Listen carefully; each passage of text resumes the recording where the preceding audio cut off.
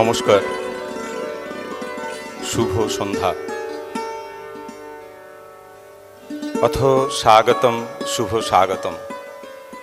অখিল ভারতীয় সাংস্কৃতিক সংস্থা সংস্কার ভারতী 1981 সালে উত্তরপ্রদেশের লখনৌ শহরে পণ্ডিত ভীমসেন যোশী, বাকেলকরজি এবং বাবা যোগেন্দ্রজির হাত ধরে যে সংস্থার জন্ম, আজ সারা ভারতবর্ষব্যাপী প্রত্যেকটি জেলায় তার শাখা সংগঠন ভারতের যে সনাতন সংস্কৃতি তার ঐতিহ্যকে সামনে রেখে কাজ করে চলেছে নিরন্তর।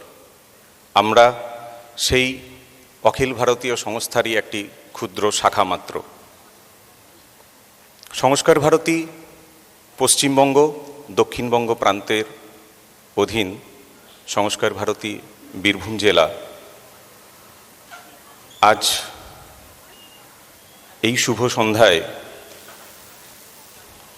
এই অনুষ্ঠানে অভ্যাগত সকল সম্মানীয় অতিথি, অভ্যাগত সকল সম্মানীয় দর্শক এবং আমাদের সুধীজন প্রিয়জন সকলকে আর একবার স্বাগতম, সুস্বাগতম জানাই। সারা ভারতবর্ষ জুড়ে সংস্কার ভারতী তার কার্যক্রমের মধ্যে প্রথম যেটিকে সামনে রাখে সেটি তার ধ্যেয় গীত। সারা ভারতবর্ষ জুড়ে এক সুরে সংস্কার ভারতী গেয়ে ওঠে সাধয়তি সংস্কার ভারতী ভারতে নবজীবনম। পরিবেশিত হচ্ছে সংস্কার ভারতীর ধ্যেয় গীত। পরিবেশনে বীরভূম জেলার সঙ্গীত বিভাগের দাদা ভাই এবং দিদি ভাইরা। সাধয়তি সংস্কার ভারতী ভারতে নবজীবনম। সাধয়তি সংস্কার ভারতী ভারতে নবজীবনম। প্রণবমূলং প্রগতিশীলং প্রখর রাষ্ট্র বিবর্ধকম। শিবং সত্যং সুন্দরম অভিনবম সংস্করণোদ্যমম। সাধয়তি সংস্কার ভারতী ভারতে নবজীবনম। মধুরমঞ্জুলরাগভরিतं हृदयतन्त्रीमन्त्रितं। बाधयति सङ्गीतकं वसुधैकभावनपोषकं।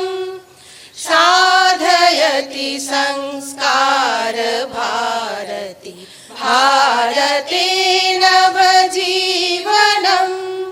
ललितरसमयलाशलीला चण्डताण्डव गमकहेला। कलितजीवननाट्यवेदं क्रान्तिकथा प्रमोदं। साधयति संस्कार भारती भारते नवजीवनम्। चतुष्षष्टिकलानितं परमेष्टिना परिवर्तितं।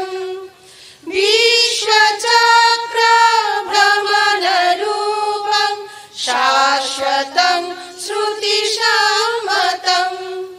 साधयति संस्कार भारती भारते नवजीवनम्। जीवयतभिलेखमखिलं सप्तवर्णसमीकृतं। प्लावयति रससिन्धुना प्रतिहिन्दुमानसनन्दनं।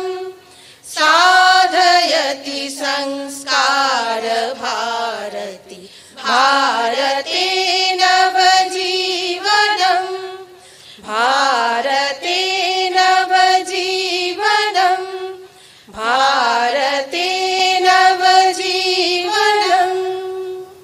2025 একটি বিশেষ বর্ষ, যেখানে আমরা একই সঙ্গে এই মঞ্চে শ্রদ্ধাঞ্জলি জানাতে চলেছি দুই রবীন্দ্র কন্যা কণিকা বন্দ্যোপাধ্যায় এবং সুচিত্রা মিত্রের জন্মশতবর্ষের দোরগোড়ায় দাঁড়িয়ে, সেই সাথে সাথে আদিবাসী জনজাতি মানুষের প্রাণ পুরুষ, মহান নেতা বিরসা মুন্ডার সার্ধ শতবর্ষ আমরা শ্রদ্ধাঞ্জলি জানাতে চলেছি সেই মহান মানুষটিকেও। সংস্কার ভারতী বীরভূম জেলা আজকের এই অনুষ্ঠানে এই তিন মহান মানুষকে একসাথে শ্রদ্ধাঞ্জলি জানাতে চলেছে। আমরা অনুষ্ঠানের নাম রেখেছি দেউটি। খুব সহজ কথায় যার অর্থ প্রদীপ। সেই মহান স্মৃতিতে প্রদীপ শ্রদ্ধার্ঘ্য সংস্কার ভারতীর তরফ থেকে আমরা আমাদের বার্ষিক অনুষ্ঠান দেউটি। আমাদের মধ্যে কিছু বিশিষ্ট মানুষকে আমরা পেয়েছি আমাদের সাথে আজকের এই অনুষ্ঠানে। আজকের সন্ধ্যায় আমরা পেয়েছি একেবারে মঞ্চের ডান দিকে যিনি বসে আছেন, ডক্টর বিশ্বদেব চট্টোপাধ্যায়, রবীন্দ্রসঙ্গীত গবেষক, বর্তমানে বর্ধমান বিশ্ববিদ্যালয় অধীনস্থ পদ্মজা নাইডু সঙ্গীত মহাবিদ্যালয়ের অধ্যক্ষ। আছেন বীরভূমের তথা রাঙামাটির একেবারে ঘরের মেয়ে, আমরা যাকে এক কথায় লোক সম্রাজ্ঞী বলি, আমাদের সংস্কার ভারতী বীরভূমের সভাপতি মাননীয়া স্বপ্না চক্রবর্তী মহাশয়া। আছেন মাননীয় শ্রী সুভাষ ভট্টাচার্য দাদা। সংস্কার ভারতী পশ্চিমবঙ্গ 1987 সালে প্রতিষ্ঠিত হয়েছিল, যে কয়েকজনের হাত ধরে সেই প্রতিষ্ঠাতা সদস্য মাননীয় সুভাষ দা। বর্তমানে তিনি দক্ষিণবঙ্গ প্রান্তের কার্যকরী সভাপতি। আছেন মোহিত টুডু, জনজাতি কল্যাণ আশ্রমের যুব প্রমুখ। খুব ছোট্টবেলা থেকেই বর্ধমান কল্যাণ আশ্রমে তার পড়াশোনা। বর্তমানে তিনি একটি উচ্চ বিদ্যালয়ের শিক্ষক, অখিল ভারতীয় কল্যাণ আশ্রমের অন্যতম দায়িত্বপ্রাপ্ত আধিকারিক। আমরা আজকের এই দিনে মোহিতবাবুকে পেয়েও বিশেষভাবে আনন্দিত। আমি আহ্বান করব আমাদের অতিথিদের প্রদীপ প্রজ্বলনের জন্য। दीप ज्योति परम ज्योति, दीप ज्योति जनार्दन, दीप हरतु मे पापं, दीप ज्योति नमोस्तुते, शुभं करतु कल्याणम् आरोग्यं सुखसम्पदः, देशो बुद्धि विनाशाय, आत्मज्योति नमोस्तुते, आत्मज्योति प्रदीप्ताय, ब्रह्मज्योति नमस्तुते, ब्रह्मज्योति प्रदीप्ताय, गुरुज्योति नमोस्तुते।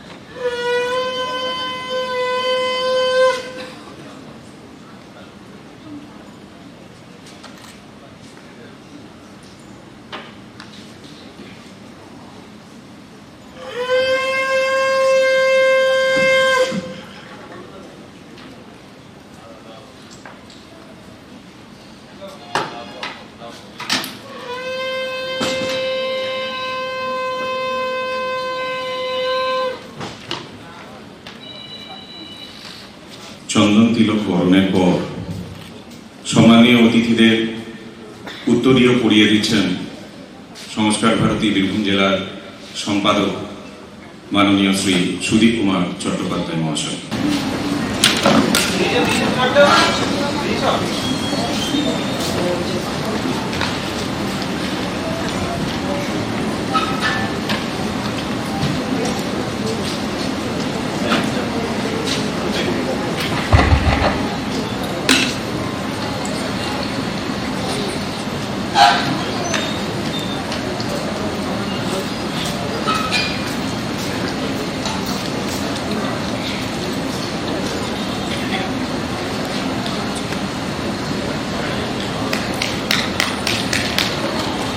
শালপাতার তৈরি মুকুট আদিবাসী জনজাতিদের নিজের হাতে গড়া, সেই মুকুট পরিয়ে সম্মানীয় অতিথিদের আপন করে নিচ্ছেন সংস্কার ভারতীর সিউড়ি চর্চা কেন্দ্রের সম্পাদিকা সংঘমিত্রা সরকার কবিরাজ।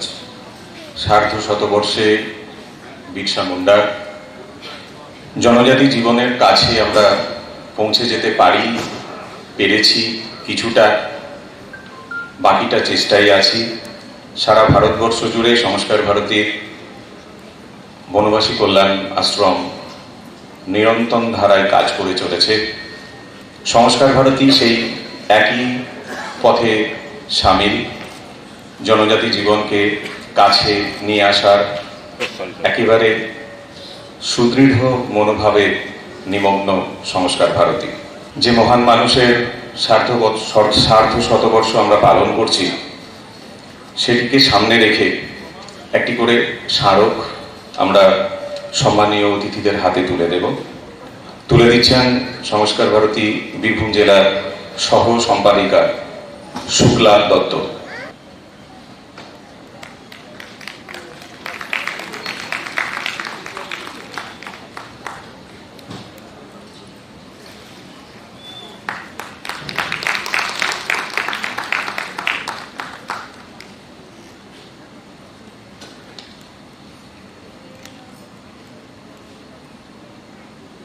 সম্মানীয় অতিথিদের হাতে পুষ্পস্তবক তুলে দিচ্ছেন মিঠু দত্ত সাহা।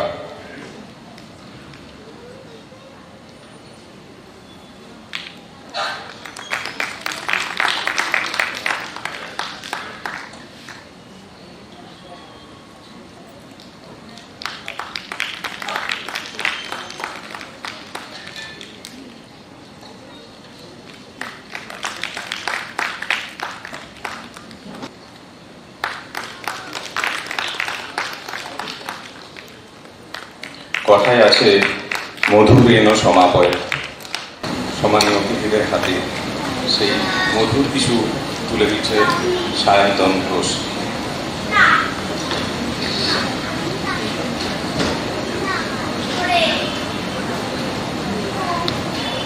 জন্ম সার্ধ শতবর্ষে মহান নেতা বিরসা মুন্ডা, এই মাহেন্দ্রক্ষণে দাঁড়িয়ে সংস্কার ভারতী তার শ্রদ্ধার্ঘ নিবেদন করছে দেউটি।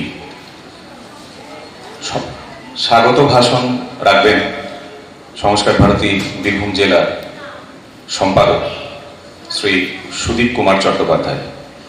অখিল ভারতীয় সাংস্কৃতিক সংগঠন সংস্কার ভারতী পশ্চিমবঙ্গ দক্ষিণবঙ্গ প্রান্তের বীরভূম জেলা শাখার পক্ষ থেকে মঞ্চে উপবিষ্ট এবং সামনে সমাবিষ্ট উপস্থিত সমস্ত সংস্কৃতি মনস্ক মানুষকে স্বাগত জানাই।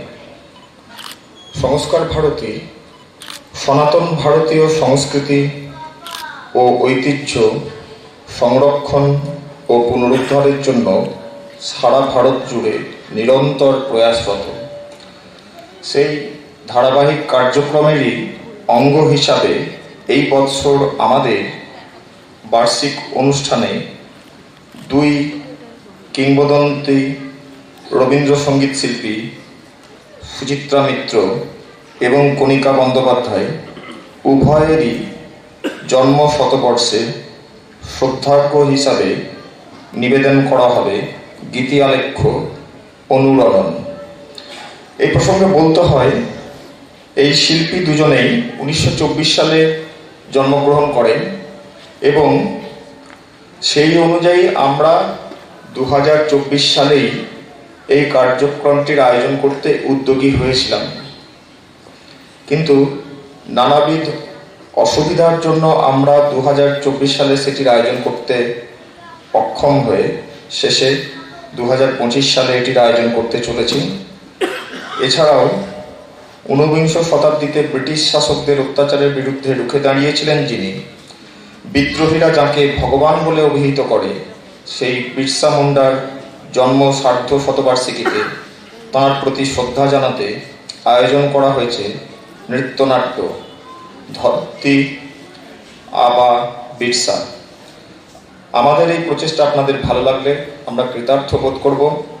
আপনারা সবাই ভালো থাকুন ও আনন্দ থাকুন, এই প্রার্থনা করে বক্তব্য শেষ করছি। যে মাহেন্দ্রক্ষণে দাঁড়িয়ে আজকের এই দেউটি অর্থাৎ প্রদীপ শ্রদ্ধার্ঘ তিন মহান স্মৃতিতে আজকের অনুষ্ঠানের অন্যতম অতিথি সম্মানীয় শ্রী সুভাষ ভট্টাচার্য, মঞ্চে আহ্বান করব আমাদের প্রিয় সুভাষদাকে কিছু মূল্যবান বক্তব্য আপনাদের সামনে তুলে ধরার জন্য। আজ এই সুন্দর সন্ধ্যায় আমাদের সকলের মনের গভীরে যে দুজন সঙ্গীত শিল্পী বাস করছেন এবং করবেন, সুচিত্রা মিত্র এবং কণিকা বন্দ্যোপাধ্যায় মুহূর্তি, তাদের জন্ম শতবর্ষ এবং জনজাতি জীবনের প্রাণপুরুষ বিরসা মুন্ডার সার্ধ শতবর্ষ, এই তিন মহান ব্যক্তিত্বকে আজ আমরা এই সন্ধ্যায় প্রণাম নিবেদনের জন্য একত্রিত হয়েছি। সংস্কার ভারতী আমরা শুনলাম একটি অখিল ভারতীয় সাংস্কৃতিক প্রতিষ্ঠান। যদি আমরা এইভাবে ভাবি যে কোনো একটি ব্যক্তি, মানুষ, কোনো একটি ব্যক্তি তিনি রোগা হতে পারেন, মোটা হতে পারেন, ফর্সা হতে পারেন, কালো হতে পারেন, গরিব হতে পারেন, বড়লোক হতে পারেন, কিন্তু সেই ব্যক্তির একটি জিনিস থাকা আবশ্যক, যা দিয়ে সেই ব্যক্তি সমাজের সমস্ত মানুষকে তার প্রতি আকৃষ্ট করতে পারে চুম্বকের মতো, তা হলো সেই ব্যক্তির ব্যক্তিত্ব। কোন একটি মানুষ পারেন তার ব্যক্তিত্ব দিয়ে সকল মানুষকে নিজের কাছে টেনে নেয়া। ঠিক তেমনি রাষ্ট্রের ক্ষেত্রে কোন একটি রাষ্ট্র তার ভৌগোলিক সীমারেখা যাই হোক, আয়তনে ছোট বড় হোক, অর্থনৈতিক দৃষ্টিতে ছোট বড় হোক, কিন্তু সেই রাষ্ট্র তাদেরও সেই ব্যক্তিত্ব নামক কিছু জিনিস থাকে, যার মাধ্যমে সেই রাষ্ট্র পৃথিবীর সমস্ত দেশকে তাদের দিকে আকৃষ্ট করতে পারে। আর আমাদের দেশ ভারতবর্ষ, তার ব্যক্তিত্ব হলো ভারতবর্ষের শাশ্বত সনাতন সংস্কৃতি। ভারতবর্ষ তার শাশ্বত সনাতন সংস্কৃতি দিয়ে পৃথিবীর সমস্ত দেশকে আলো দেখিয়েছে, তাদের বিভিন্ন সমস্যার সমাধানের পথ দেখিয়েছে। সেই ভারতীয় সংস্কৃতির রক্ষণাবেক্ষণ, সেই ভারতীয় সংস্কৃতি যুব মানুষের মনের মধ্যে পরিস্ফুটিত করা, যুব মানুষকে পরম্পরাগত সংস্কৃতি মনস্ক করে তোলা, এই উদ্দেশ্যব্রত নিয়েই সংস্কার ভারতী 1981 সাল থেকে কাজ করে চলেছে। আমরা নতুন কিছু করছি না। নাচ, গান, নাটক, ছবি আঁকা, এই যে বিভিন্ন সাংস্কৃতিক দিক, তার যে আমরা চয়ন এবং উপস্থাপন করছি, তার যে চিন্তা চর্চা করছি, তার মধ্য দিয়েই আমরা আমাদের দেশের সংস্কৃতিকে তুলে ধরতে চাই, আজকের যুব সমাজকে সেই দিকে আকৃষ্ট করতে চাই। এটুকুই সংস্কার ভারতীর কাজ। এবং এই কাজ 1987-তে বাংলায় শুরু হওয়ার পর আজকে আমাদের এই বাংলার সমস্ত জেলায় সংস্কার ভারতীর কাজ চলছে। বীরভূম জেলাও পিছিয়ে নেই। বহুদিন ধরে বীরভূম জেলায় আমাদের সংস্কার ভারতীর এই কার্যক্রম চলে আসছে। আজকের এই শুভ দিনে দুটি সুন্দর অনুষ্ঠান আমাদের শিল্পীরা পরিবেশন করবেন। তাই আমি আমার বক্তব্যকে দীর্ঘায়িত করব না। আপনাদের কাছে অনুরোধ করব, আপনারা শেষ পর্যন্ত থেকে সমস্ত কার্যক্রম দেখে আপনাদের মতামত দেবেন। এবং আজকে যারা সংস্কার ভারতীর অনুষ্ঠানে প্রথম এলেন, তাদের কাছে অনুরোধ, আমাদের অনুষ্ঠান যদি ভালো লাগে আপনারা আমাদের সাথে যুক্ত হন। আপনারা সবাই যুক্ত হয়ে সংস্কার ভারতী বীরভূম জেলাকে পুষ্ট করুন। সংস্কার ভারতী বীরভূম জেলাকে আরও এগিয়ে নিয়ে চলুন। এইটুকু প্রার্থনা করে আপনাদের সকলকে নমস্কার জানিয়ে আমি আমার কথা শেষ করলাম। নমস্কার। দুই রবীন্দ্রকন্যা কণিকা বন্দ্যোপাধ্যায় এবং সুচিত্রা মিত্রের জন্ম শতবর্ষে আমরা শ্রদ্ধার্ঘ্য নিবেদন করছি আজকের সন্ধ্যায়। পরবর্তীতে যে মানুষটিকে মঞ্চে আহ্বান করব, ব্যক্তিগত জীবনে তিনি কণিকা বন্দ্যোপাধ্যায়ের স্নেহস্পর্শ পেয়েছেন। অন্যতম রবীন্দ্রসঙ্গীত গবেষক, সংস্কার ভারতী বীরভূম জেলার সহ সভাপতি।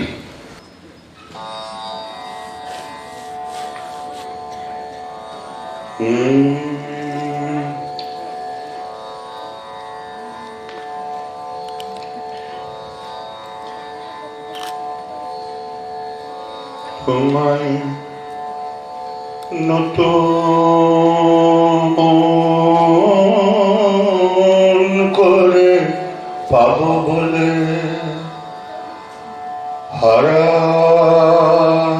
হারাই ক্ষণে ক্ষণ। ও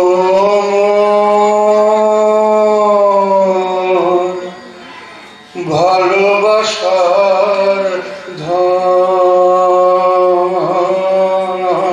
তোমায় নতুন করে পাবো বলে, দেখা দেবে বলে তুমি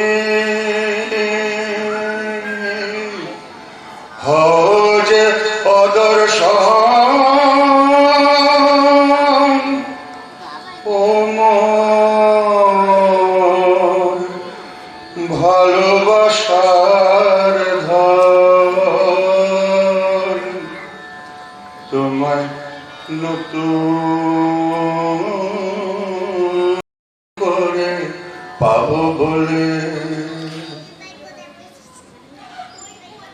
মোহরদী কণিকা বন্দ্যোপাধ্যায় এবং সুচিত্রা মিত্র শতবর্ষের আলোয় উদ্ভাসিত দুই প্রবাদ প্রতিম রবীন্দ্রসঙ্গীত শিল্পী, আপনারা সবাই জানেন। কণিকা বন্দ্যোপাধ্যায়ের আসল নাম ছিল অনিমা মুখার্জি। 1924 সালের 12 অক্টোবর বাঁকুড়ার সোনামুখীতে তিনি জন্মগ্রহণ করেছিলেন।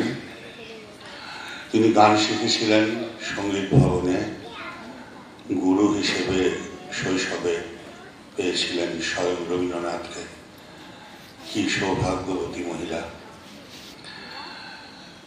পরবর্তীকালে দীনেন্দ্রনাথ ঠাকুর, যাকে রবীন্দ্রনাথ বলতেন আমার সকল গানের ভাণ্ডারী, আমার সকল নাটের কাণ্ডারী, পেয়েছিলেন শৈলজা রঞ্জন মজুমদারকে গুরু হিসেবে, যিনি রসায়নের অধ্যাপক ছিলেন কিন্তু অসাধারণ সঙ্গীত শিল্পী। রবীন্দ্রনাথ তাকে চিনেছিলেন এবং বলেছিলেন, তোমাকে রসায়ন পড়াতে হবে না, তুমি সঙ্গীত ভবনে গান শেখাও।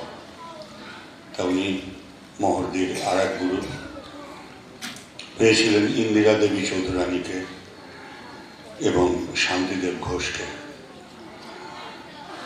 পরবর্তীকালে সবাই জানেন উনি সঙ্গীত ভবনের অধ্যাপিকা হয়েছিলেন, বিভাগীয় প্রধান হয়েছিলেন এবং অধ্যক্ষ হয়েছিলেন, এবং অধ্যক্ষ পদ থেকে অবসর নেবার পর বিশ্বভারতী তাকে সাম্মানিক এমিরিটাস প্রফেসর ঘোষণা করেন। আমি সঙ্গীত ভবনের প্রাক্তনী। আমার সৌভাগ্য এইটুকুই, ওই যখন উনি অবসর নিলেন সেই বছরই আমি ঢুকলাম সঙ্গীত ভবনে, এবং এমিরিটাস প্রফেসর থাকাকালীন অবস্থায় আমি ওনার কাছে গোটা 20 গান শেখার সুযোগ পেয়েছিলাম। আমি মূলত শাস্ত্রীয় সঙ্গীতের লোক। উনি আমার গান খুব ভালোবাসতেন এবং আমাকে বলতেন, মানে উনি যখন কথা বলতেন না, মনে হতো যে মানে আমাদের কানটাকে ওনার মুখের কাছে নিয়ে যেতে হতো, এত আস্তে ফিসফিস করে কথা বলতেন। কিন্তু যখন রেকর্ডিং হতো খুব নিচে গাইতেন, জিতে বা এতে, সেটা যেন একটা গম গম করে উঠছে গোটা অবস্থাটা। কি করে যে হতো, রেকর্ডিংয়ের কিছু কৌশল নাকি ওনার কিছু, আসলে রবীন্দ্রনাথ যাকে একবার ছুঁয়ে দিয়েছেন না, তিনি যেন একটা কীরকম হয়ে গেছেন, একটা স্বর্গীয় ব্যাপার ছিল মহর্দির মধ্যে। যাই হোক, আমি সেগুলো অনুভব করেছি দিনের পর দিন। আমি একদম প্রথম থেকে মাস্টার্স পিএইচডি, মানে 15 বছর আমি সঙ্গীত ভবনের ছাত্র হিসেবে থেকেছি এবং মহর্দিকে খুব কাছ থেকে পেয়েছি। আর আমাকে উনি বলতেন যে বিশ্ব একটু টান শোনাও তো, মালকোষের টান করো, তোমার গলায় মালকোষ খুব ভালো আসে। তা আমি ওনাকে ওরম কানের কাছে মুখটা নিয়ে গিয়ে শোনাতাম। যাই হোক, সেটা আমার অন্য ব্যাপার। কিন্তু যে কথাটা আজকে বলা বিশেষত, যে এই যে তোমায় নতুন করে পাবো বলে হারাই ক্ষণে ক্ষণে গানটা, এটা মহর্দির রেকর্ডিং করা গান। মোহর এই নামটা আর কণিকা এই নামটা রবীন্দ্রনাথের দেওয়া। অনিমা মুখার্জি থেকে উনি এই নামে রূপান্তরিত হলেন।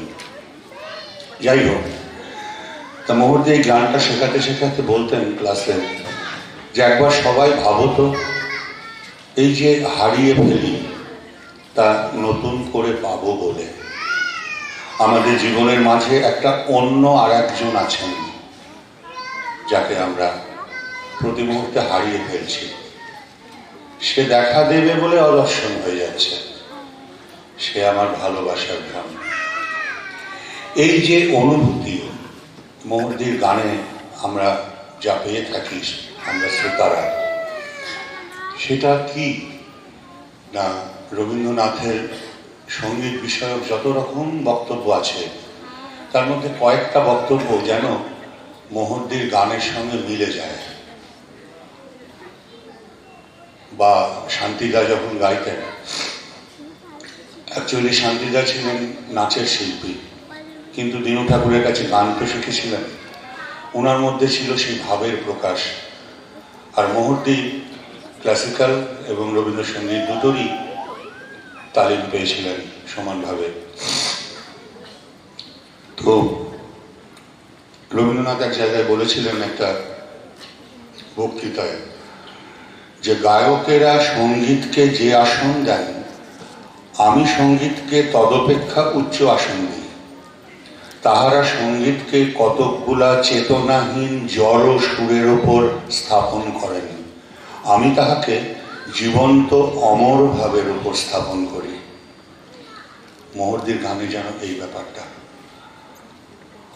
আর একটা বলছেন, সঙ্গীত আমাদিগকে অব্যবহৃত যে সুখ দেয়, তৎসঙ্গে সঙ্গে আমাদের আবেগের ভাষার, ল্যাঙ্গুয়েজ অফ দ্য ইমোশনস, পরিস্ফুটতা সাধন করিতে থাকে। আবেগের ভাষাই সঙ্গীতের মূল। এটা আমার বক্তব্য নয়, রবীন্দ্রনাথের বক্তব্য। আর এক জায়গায় বলছেন, সঙ্গীত আবেগের ভাষা হইতে জন্মাইয়া আবেগের ভাষাকে পরিস্ফুট করিয়া তুলিতেছে, সঙ্গীতের এই কার্য। আর একটা কমেন্টসে রবীন্দ্রনাথ বলছেন, বিশ্বরূপের অন্তরতর এই অপরূপকে প্রকাশ করিবার জন্যই শিল্পীদের, গুণীদের এত ব্যাকুলতা। আর একটা জায়গায় বলছেন, তাহারা গানের কথার উপর সুরকে দাঁড় করাতে চান, আমি গানের কথাগুলোকে সুরের ওপর দাঁড় করাতে চাই।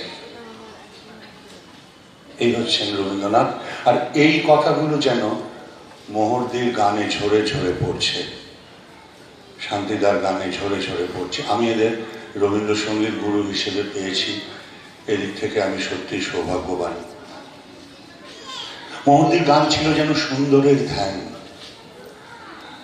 অর্থাৎ সাধারণত শিল্প বলতে আমরা যদি সঙ্গীত, নৃত্য, নাটক, এছাড়াও কাব্য, উপন্যাস ইত্যাদি বুঝে থাকি, তাহলে এই সবকটি মানবিক শিল্প প্রচেষ্টার মধ্যে দিয়ে যে সাধারণ উৎস মুখে আমরা পৌঁছব, তা হল সুন্দরের ধ্যান। ভারতীয় দর্শনের সৌন্দর্য চেতনায় আমরা জানি সত্য, শিব ও সুন্দরের মিলিত ভাবনার কথা। রবীন্দ্রনাথও এই সুন্দরের সঙ্গে সত্যকে একাত্ম করে দিয়ে গেছেন। রবীন্দ্রসঙ্গীতের মাধ্যমে মোহরদি গুরুদেবের সুন্দরের প্রসঙ্গ সব সময় আমাদের বলতেন, প্রতিফলিত হতো তার কথায়, তার গানে। অর্থাৎ বস্তু জগৎ এবং আত্মার জগতের মধ্যবর্তী সেতু হচ্ছে সৌন্দর্য চেতনা। এই সৌন্দর্য চেতনার প্রকাশ যেন মোহরদির গানে ঝরে ঝরে পড়েছে। ওনার কাছে শেখা আমার আর একটা গান দেখুন, লক্ষ্য করুন।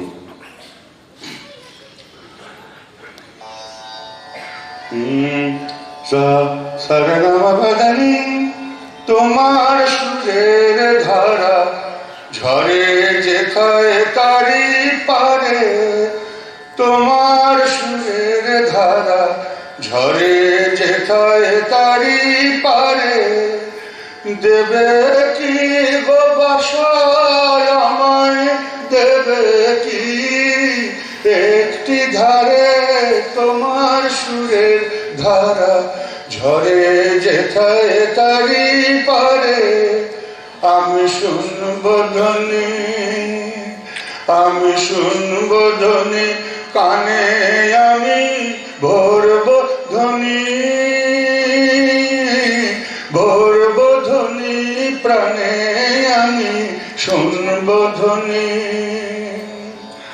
সেই ধ্বনিতে চিত্ত বিনয় তার বাঁধিব, বারে বারে তোমার সুরের ধারা ঝরে যেথায় তারি পারে।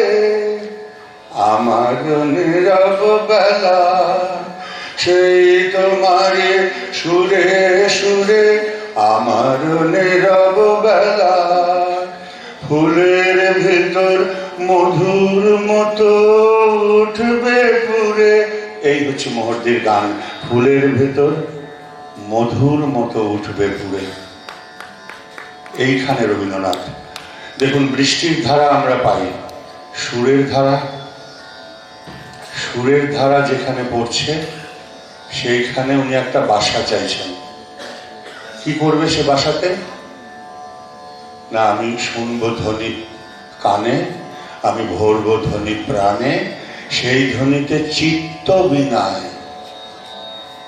চিত্তটাকে বিনা করে দিলে সেটাকে আমি টিউন করব। রবীন্দ্রনাথ ছাড়া এরম কেউ ভেবেছেন বলে আমার জানা নেই। এত অপরূপ বাণী। আবার মহর্দির কাছে এই গানটা আমার শেখা, তোমায় নতুন করে পাবো বলে এই গানটা শেখা।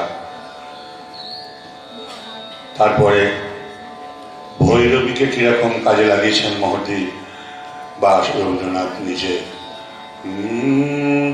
দয়া তবু দয়া, তবু দয়া দিয়ে হবে যে মোর জীবন ধুতে, নইলে কি আর পারব তোমার চরণ ছুতে।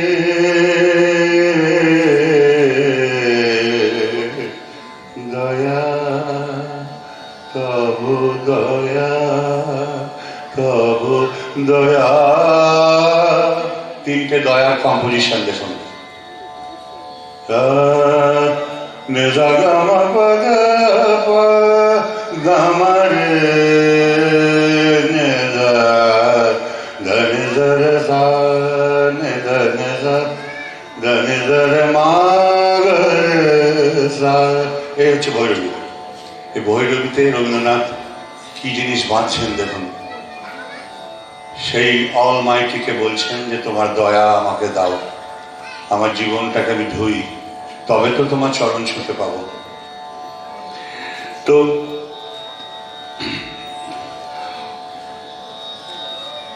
রবীন্দ্রনাথ সবাই জানেন আপনারা যে সারা জীবন সঙ্গীতের কোনো ব্যাকরণ নয়, কোনো শাস্ত্রের কঠোর অনুশাসন নয়।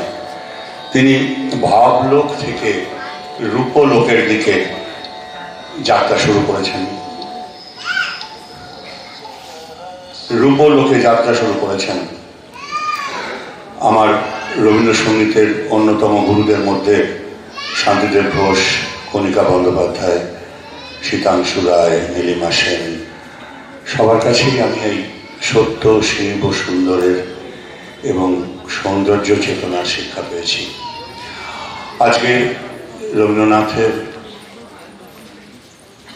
এই আশ্রম কন্যা বা তাঁর হাতে গড়া এই কণিকা বন্দ্যোপাধ্যায়ের জন্ম শতবর্ষ, তার সঙ্গে সুচিত্রাদিরও শিক্ষা কিন্তু এই শান্তিনিকেতনেই। উনি রবীন্দ্রনাথকে পাননি, কিন্তু শান্তিদেব ঘোষ, দীনেন্দ্রনাথ ঠাকুর, শৈলজারঞ্জনকে পেয়েছিলেন। অ্যাকচুয়ালি রবীন্দ্রসঙ্গীতের জন্ম এবং পীঠস্থান যাই বলুন সবই এই বিশ্বভারতী শান্তিনিকেতন। সেই জন্য এখানে তখন তো রবীন্দ্রভারতী হয়নি, রবীন্দ্রভারতী বিধানচন্দ্র রায় পরবর্তীকালে তৈরি করেছিলেন। শান্তিনিকেতনে কলকাতার যারা শিল্পী তারাও সব এখানকার, মায়া সেন, সুবিনয় রায়, অশোকতরু বন্দ্যোপাধ্যায়, সবাই এই সঙ্গীত ভবন থেকেই রবীন্দ্রসঙ্গীত শিখেছেন। আর আমি সুচিত্রাদিকে সেরকম গুরু হিসেবে পাইনি, তবে খুব কাছে থেকে দেখেছি মহর্দির কাছে আসতে। মহর্দির কাছে কে না এসেছে। যখন উনি দেশিকত্তম পেলেন, লতা মঙ্গেশকর যখন প্রথম রবীন্দ্রসঙ্গীত রেকর্ডিং করেন, তখনও মহর্দির কাছে এসে গান বেঁচেছিলেন, গান শিখে গিয়েছিলেন। তো সেই সময়ও আমি মহর্দির পাশে ছিলাম। এরপর 2000 সালের 5ই এপ্রিল হঠাৎ একটা অ্যাম্বুলেন্স এসে দাঁড়ালো। শুনলাম যে মহর্দি ভালো নেই, নিয়ে ওনাকে অ্যাম্বুলেন্সে নিয়ে চলে যাওয়া হলো। দেখলাম যে এটাই যে শেষ যাত্রা জানতাম না। মহর্দি আর ফিরলেন না। SSKM-এ প্রায় 4-5 দিন থেকে উনি চলে গেলেন। আমিও 3 রাত্রি SSKM-এ ছিলাম মহর্দির পাশে। যাই হোক, সেটা অন্য প্রসঙ্গ। আর এবছর শৈলজারঞ্জনেরও 125 বছর। যাই হোক, আমার পক্ষ থেকে আমার গুরু কণিকা বন্দ্যোপাধ্যায় এবং সুচিত্রাদি, দুজনকে আমার সশ্রদ্ধ প্রণাম।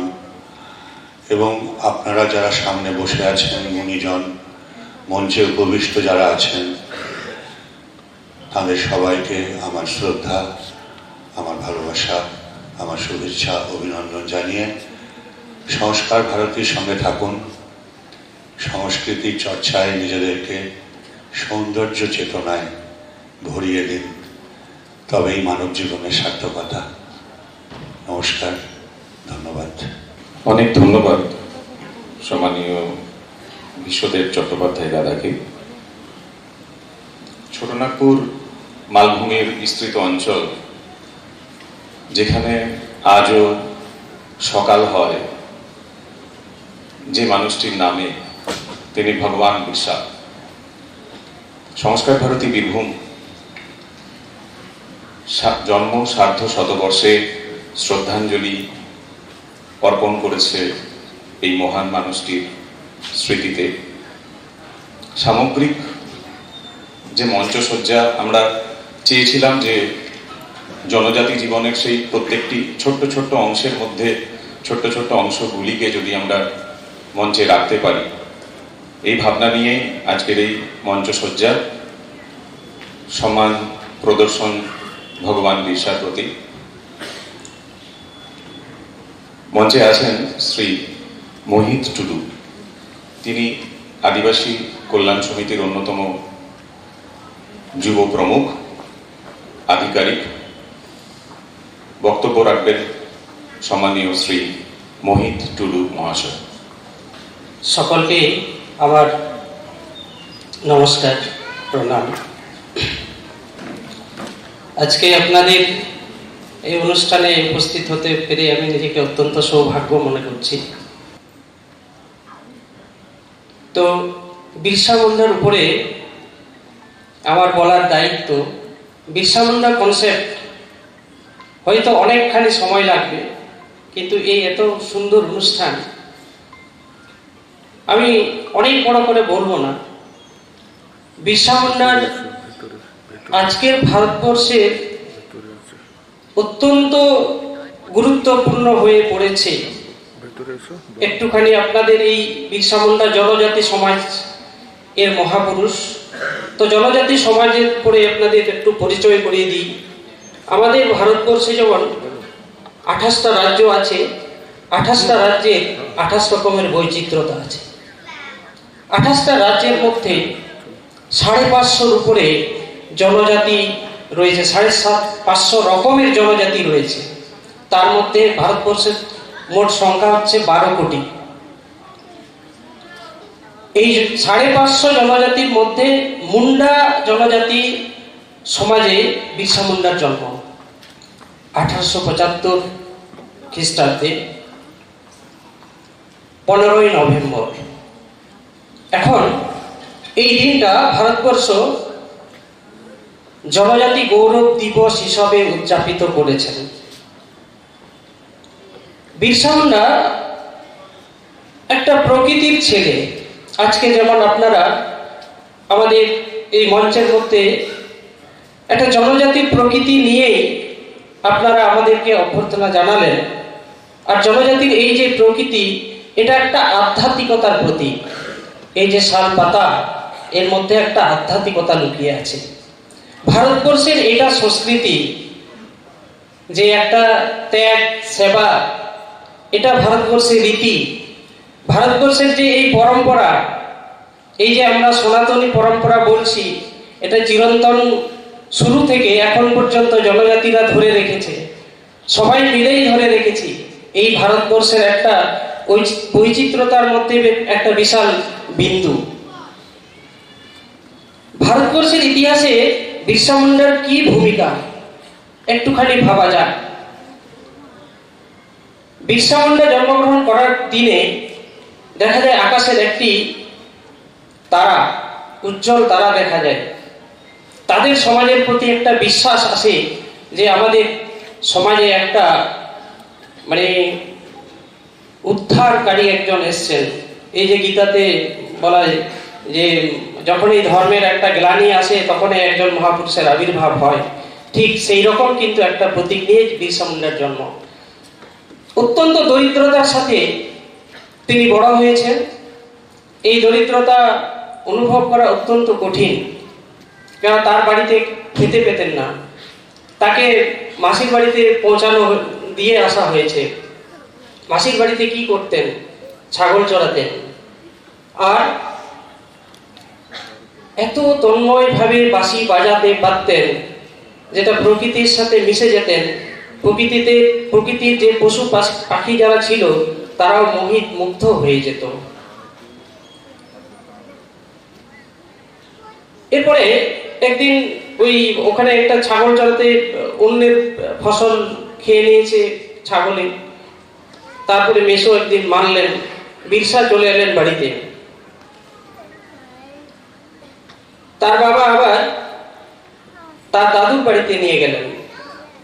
সেই দাদুর বাড়িতে পাশে একটা পণ্ডিত ছিলেন। সেই পণ্ডিতের কাছে বিরসা মুন্ডা কিছু লেখাপড়া শিখেছিলেন, অঙ্ক সংখ্যা এগুলো একটু শিখেছিলেন। শেখার পরে একটু প্রাথমিক শিক্ষা করতে হবে, বিরসাকে নিয়ে যাওয়া হলো একটা মিশনে, মানে মিশনারিদের মিশনে।